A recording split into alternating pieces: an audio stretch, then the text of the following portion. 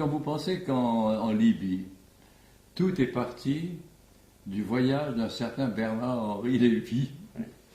Oui. Monsieur, vous qui fûtes ministre des Affaires étrangères, Oui. que pensez-vous de votre successeur? Écoutez, Monsieur Lévy, Vous je êtes ne- fier je ne crois pas- vous êtes fier de succéder à Vergène et à Talleyrand. Oui. Que pensez-vous de votre successeur, Monsieur Lévy? Je n'ai pas le sentiment de voir un successeur ou un héritier même qui puisse être Monsieur Lévy. Écoutez, une Américaine me téléphonait ces jours-ci, me disant, je n'arrive pas à comprendre ce qui se passe, Jacques, expliquez-moi.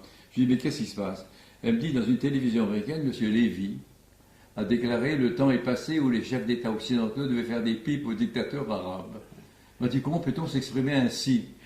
Je lui dis, mais il faut te dire compte que c'est une bande de voyous. Et en plus, des voyous aveugles.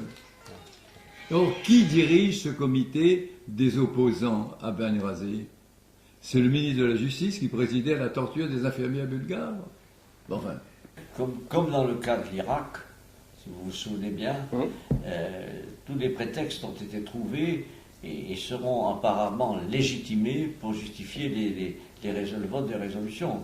Souvenez-vous de ce grand débat qui a eu lieu aux Nations Unies, où le délégué américain, le ministre des Affaires étrangères américain, le plus grand pays de la Terre, est arrivé avec des petites fioles sur le bureau qui était le sien, et il a dit, messieurs, tout est là, tous les produits chimiques dont dispose le dictateur de l'Irak, Saddam Hussein, sont là, et c'est pour ça qu'il faut y aller.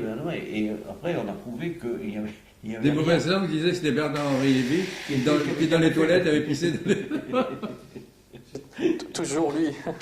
C'est vrai qu'il est partout, lui. Il est partout. Et,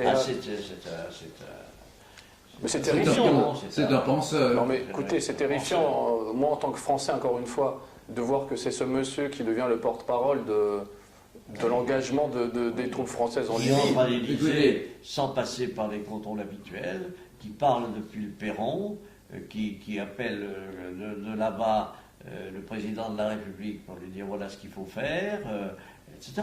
Donc on est vraiment dans un État qui n'est plus l'État souverain que l'on connaissait. Vous imaginez le général de Gaulle, je ne veux pas parler des autres, mais le général de Gaulle dans cette situation, avec va en guerre, qui là-bas l'appelle, le ramène au chinois, en général il faut venir. C'est un côté stupide. Stupide. Il n'y a plus d'État, c'est un état de choses. Petites choses.